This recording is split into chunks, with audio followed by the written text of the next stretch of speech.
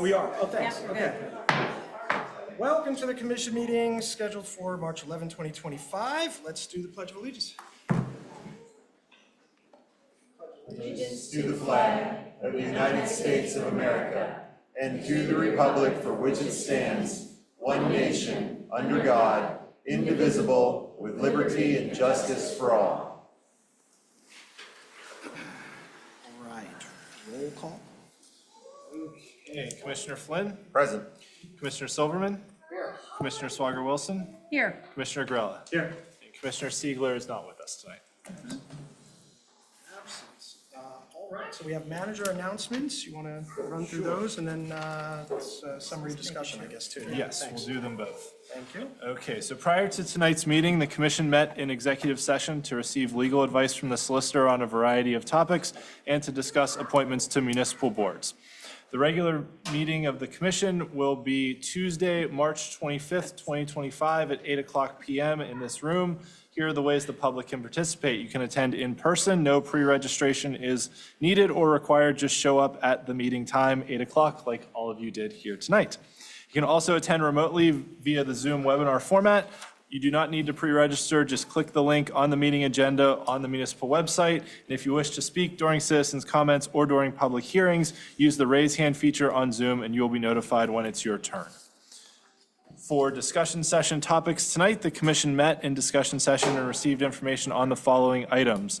Information on a resolution declaring the library as a book sanctuary, a review and demonstration of the public-facing site for the building inspection software that will allow for permit applications to be submitted online and property owners to follow along with the progress of their permits, a review of bids received for the swim center filtration system, and a final update on the Woodland Sidewalk installation project before the project goes out to bid, as well as some updates from commission liaisons on boards and authorities.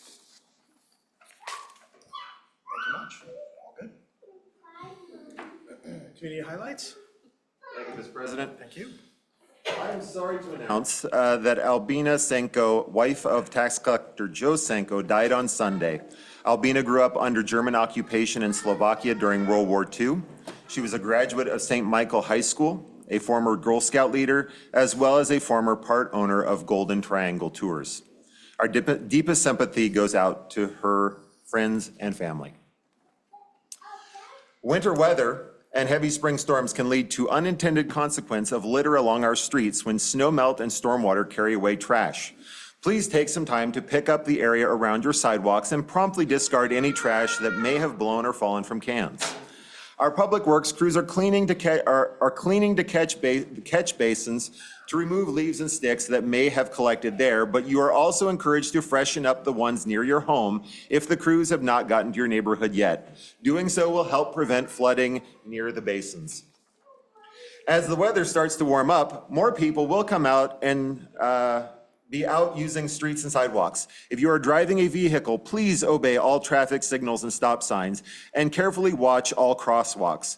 Please note speed limits and realize that your vehicle is no match for a walker, a runner, a cyclist, or a person working in a construction zone. It is imperative that you do not drive while distracted. For those not in a vehicle, please ensure you are visible at dusk and dawn and do not assume a driver sees you. Pedestrians cross in the crosswalk in business districts. In residential areas, make sure roads are clear in all directions before crossing. Parents, review these directions with your teen drivers and go over safe walking procedures with your children. It will take all of us to ensure no one else gets hurt. Please do your part. The Mount Lebanon Fire Department will present The Call We Carry on Friday, March 21st from 7 to 9:30 p.m. in the Mount Lebanon High School Little Theater to address the topic of PTSD in fire and emergency medical service fields. The free program is presented by the department's peer support team. It will include a screening of the film and a panel discussion with mental health professionals and a local firefighter. Mount Lebanon will upgrade play surfaces at Williamsburg and Highland Terrace Parks starting next week and lasting 3 weeks. For safety, the playgrounds will be closed, but the courts and green spaces will remain open. And finally, happy Women's History Month. Mount Lebanon is richer for the vast contributions of the women who choose to live, work, and own businesses here. 2025's theme is Moving Forward Together. The theme highlights and supports women who have dedicated their lives to education, mentorship, and leadership to shape the minds and futures of all generations. Thank you for all the women in our lives. Mr. President, that is all I have. Thank you, Commissioner Flynn. Right back to you for item number 2. All right, we get to recognize, you guys get to listen to me a lot tonight, our new fire chief, Kurt Christoffel. Kurt Christoffel holds a bachelor's degree in public administration, fire from Point Park University, and associate's degree in fire science administration from the Community College of Allegheny County. Christoffel is also certified by the National Board on Fire Service Professional Qualifications as a firefighter too. He has been a Pennsylvania State Fire Instructor since 2003 and has led the South Hills Area Council of Governments Essentials of Firefighting program for more than 10 years, where I first got to meet him last year. He has been credentialed as a fire officer through the Center for Public Safety Excellence since 2020, and he was named Mount Lebanon's Fire Officer of the Year in 2012. Chief Christoffel began his fire service career in Mount Lebanon in 2011 as a career firefighter, where he has worked in inspections, life safety, and fire prevention. He has been deputy chief since 2020, where he streamlined operations by integrating technology, including GIS mapping and other computer tools. He assisted efforts to achieve department accreditation and mentored junior officers, creating a culture of professional growth within the ranks. Prior to joining Mount Lebanon, Chief Christoffel was a safety and health wellness officer with the Weaverton Environmental Group and a health physics supervisor at Babcock and Wilcox. He was chief of the Volunteer Firefighters Rescue in Jefferson Hills, a volunteer firefighter in Pleasant Hills, and also has volunteered with the Salvation Army and the Mount Lebanon School Band Boosters. And we are very lucky to now call him chief. Chief, if you will come up.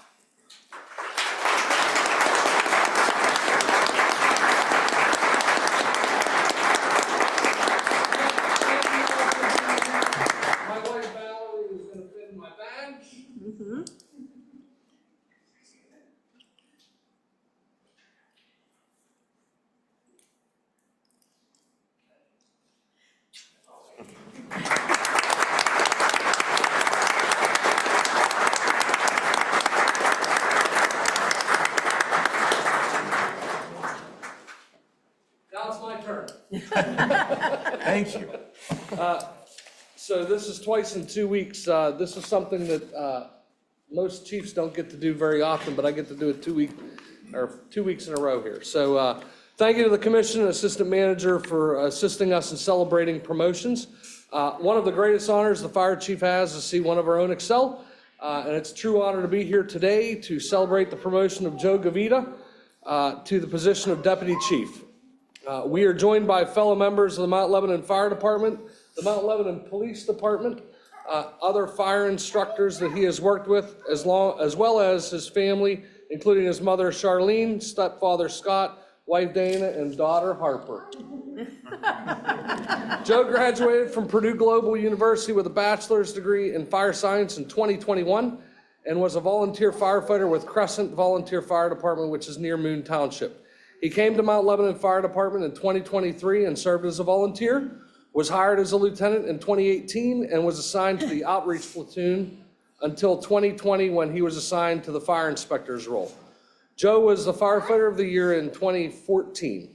He is an accredited fire officer through the Center for Public Safety Excellence. Today, we gather to recognize the celebration of the hard work, dedication, and commitment of Joe, who is now being promoted to the rank of deputy chief. On behalf of the Mount Lebanon Fire Department, I extend my heartfelt congratulations to Joe on his well-deserved promotion. We are incredibly proud of Joe's journey and the path that he has taken to reach this milestone. As a deputy chief, Joe will now take on the responsibility of leading the division, guiding firefighters, and ensuring the safety of our community. The promotion is a testament to Joe's leadership qualities, his ability to inspire and motivate others, and his commitment to excellence. We know that Joe will continue to uphold the highest standards of our department and will serve the community with integrity and courage. We wish Joe all the best in his new role and look forward to seeing him lead our department with distinction. Thank you all for being here tonight to celebrate this important milestone. And now I will ask Deputy Chief Gavita, as well as his wife Dana, to come and pin Jed. And Harper.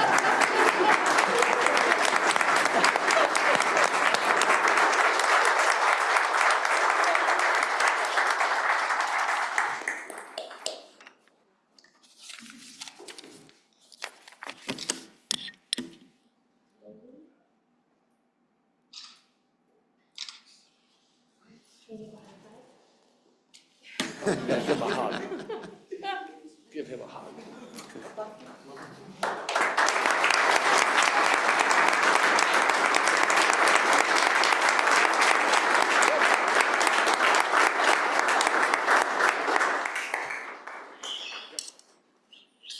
Thank you all very much.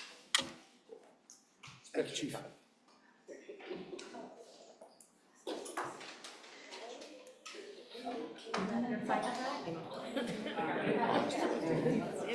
We're gonna clear the room out.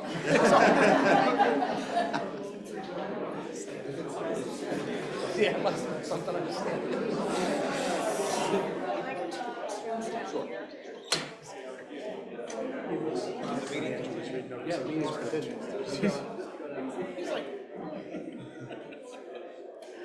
I don't remember that school.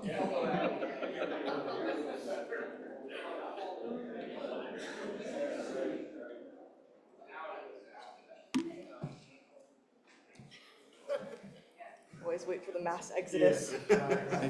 You're getting used to this now. You Yeah. know how this You know, routine goes. they're a fire family. That's right, Gotta be that's together. right. Oh, so I can go.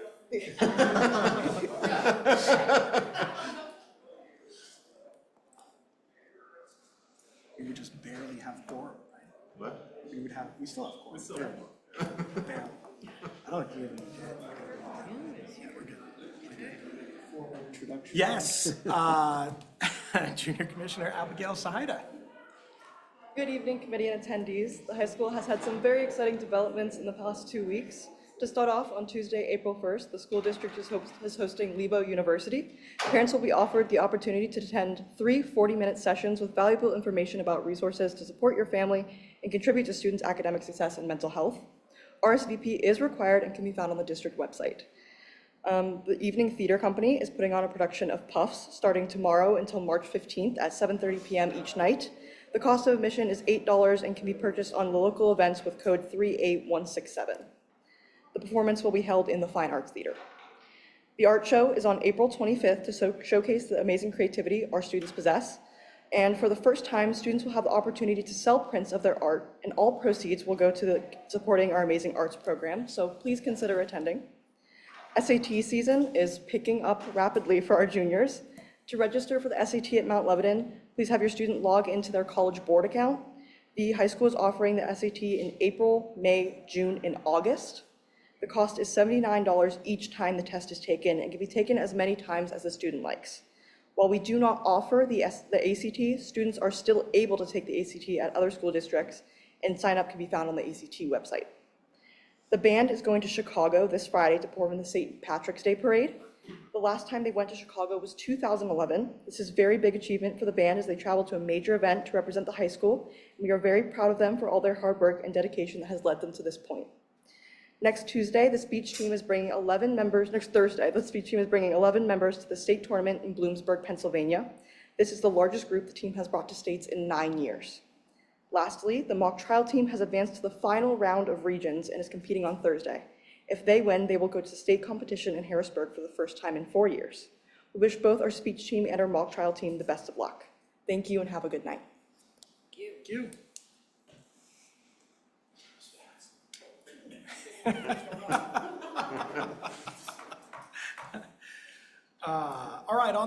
All right, citizens' comments and online comments. I think we did online first last time, so we'll go to the room first. We have Colonel Hoon first on the list. Colonel Hoon, come on down. Citizens' comments. State your name, address for the record. Speak up to 5 minutes. Up to, that's what we don't have on here. It says 4. Have 5 minutes. Bill Hoon, 456 Coolidge Avenue.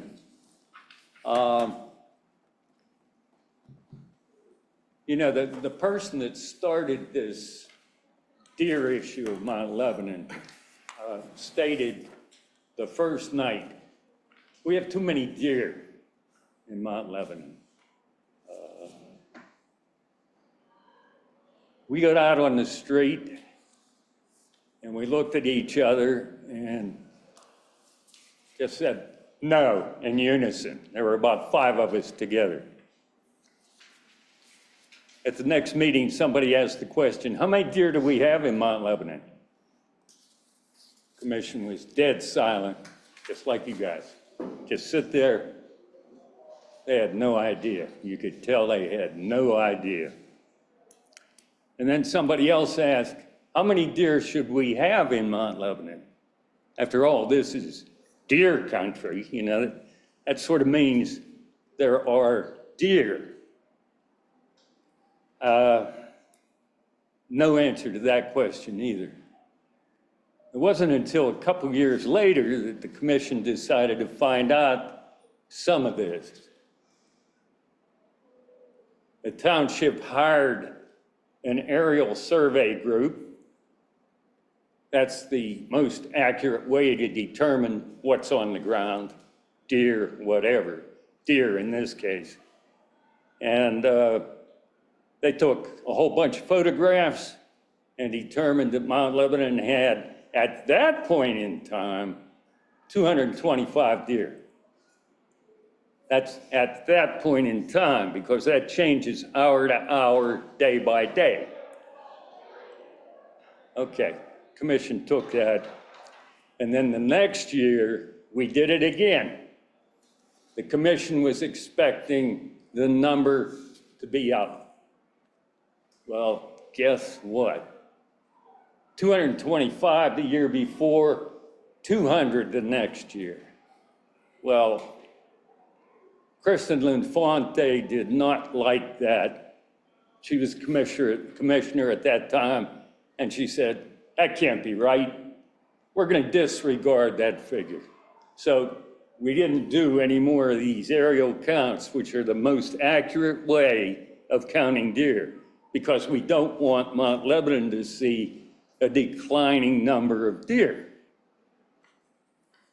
All right, that answered that. And then we noticed, we started having these contractors come in that were brought in to put in beds to kill off the deer. Now remember, at that time, they wanted to annihilate all the deer in Mount Lebanon, which was impossible. I mean, the number of deer vary hour to hour, day to day. They come from Scott, they come from Upper St. Clair. Deer are a very mobile animal, just like humans who lived in this area prior to the whites. They were quite mobile also. So it was pretty confusing, but there was only one goal, and that goal was to annihilate all the deer in Mount Lebanon. Total impossibility. To do that, you'd have to massacre all the deer in Pennsylvania, West Virginia, Ohio, New York, and there'd be quite a few people that would be quite upset with Mount Lebanon if Mount Lebanon attempted such a thing. I mean, you'd have to do some mass invasions, for one thing. Wouldn't happen.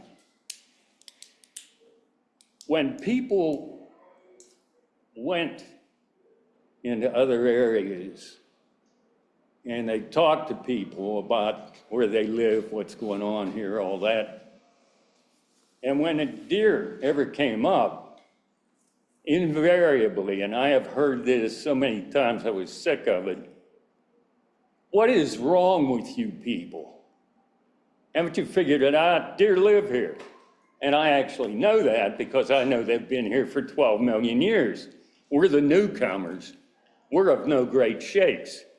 The dominant life form on the planet are microorganisms. which almost killed me in September, and some other people I know as well. Thank you very much. Thank you. Dave Hegler.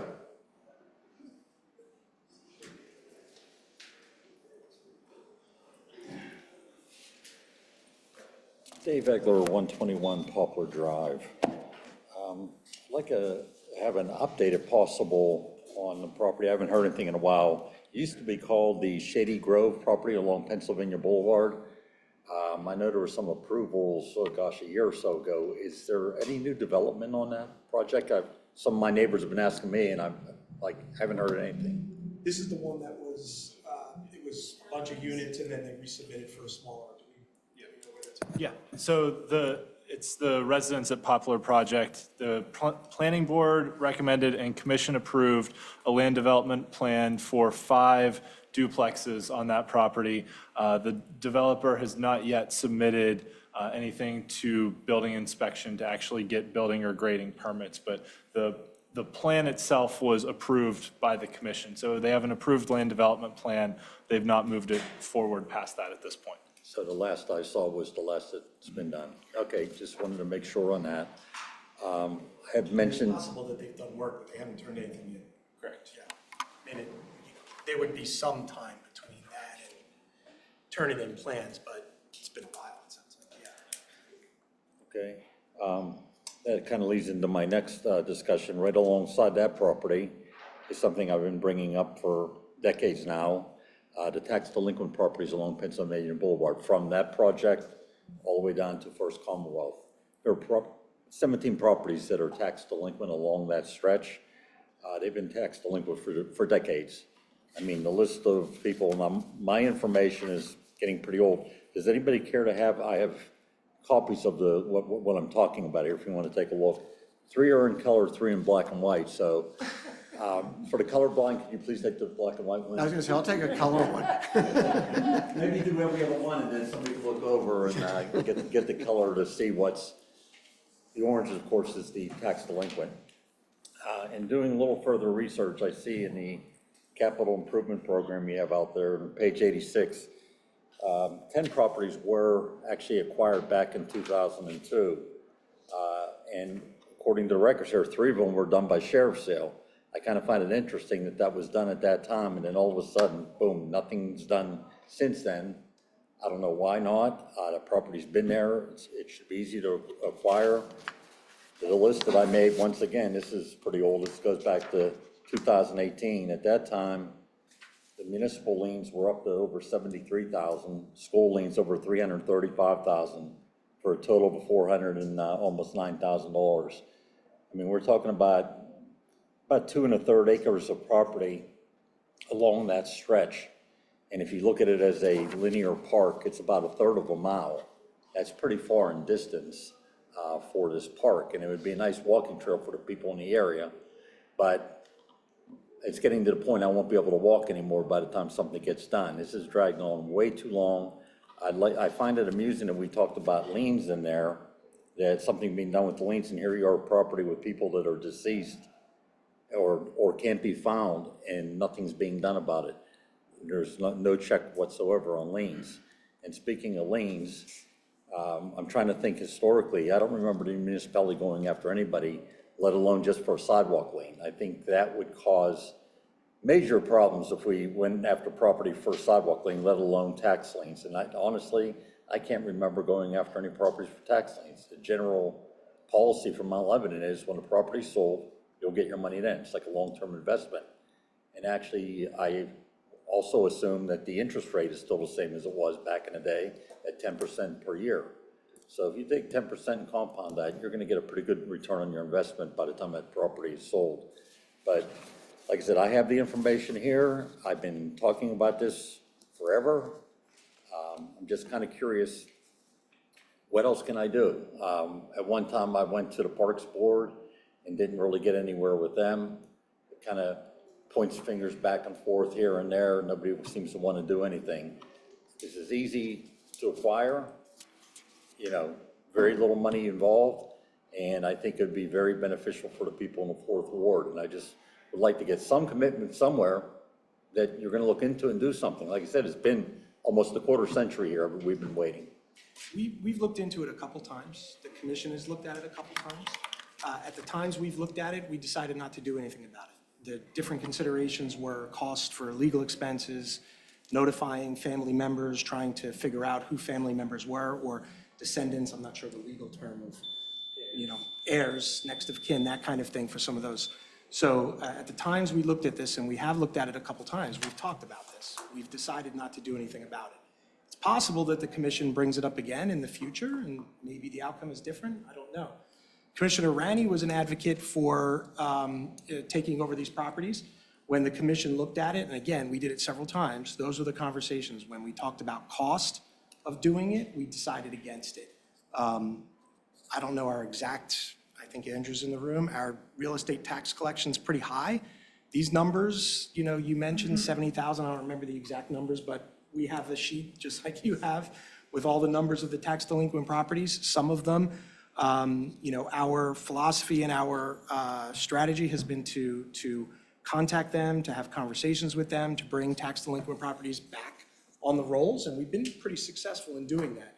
There are a bunch of properties that we decided not to do that with for costs and a few other reasons, and that's mostly these properties. We may visit that again in the future, and if we do. If I may respond. Sure. Yeah, the collection rate has been historically 98% for years. If you get rid of these, you'll probably be at 99%. I find it curious, though, that there was acquired properties back in 2002 by sheriff's sale. I mean, does anybody have the record? See, obviously it was done then. And like I said, these people that are deceased, I mean, they've been deceased, one of these was over 100 years ago, okay? So I don't know what the legal obligation is to find anybody involved, but even if you do, the amount of liens is far in excess of the value of the property. So I would think in cases like this, there must be some easier way for the municipality to acquire these properties. Obviously, it was done in 2002. It was done for some properties then. I can't see why it can't be done now. Like I said, it shouldn't be that difficult, whether it be sheriff's sale or eminent domain. It's for public use. So please look into it, because I will be bringing it up from time to time. Thank you. Online comments, Nick? There's no one online. No online comments, all right. Citizens' comments done. Over to Commissioner Silverman for item number 6, please. Thank you, Mr. President. Consideration of the minutes from the adjourned meeting held February 24th, 2025. I move to approve the minutes. All in favor? Aye. Any opposed?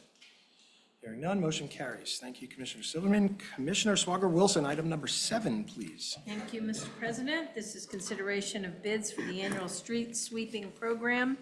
4 sealed bids were received on February 27th, 2025 for contractual street sweeping as follows. On my right and on the audience's left, you can see the 4 different bids. The bid was advertised in the Post-Gazette, posted on the municipal website, and specifications were sent to 8 contractors. $71,000 has been appropriated in the 2025 operating budget. The Director of Public Works recommends the award of the 2025 street sweeping contract to the low bidder C&R Landscape Development. I move to award the 2025 street sweeping contract at a total cost of $58,000 to C&R Landscape Development. This contract provides for 3 complete sweeps and a maximum of 30 business district sweeps in 2025. Second. Motion and a second. Any questions or comments? All in favor? Aye. Any opposed? Motion carries. Thank you, Commissioner. Commissioner Flynn, item number 8. Thank you, Mr. President. Bids were received on February 19th, 2025 for the 2025 route damage sidewalk maintenance contract. The project includes the removal and replacement of concrete sidewalks damaged by tree roots throughout the municipality. The municipal engineer has verified the bids as presented on the screen.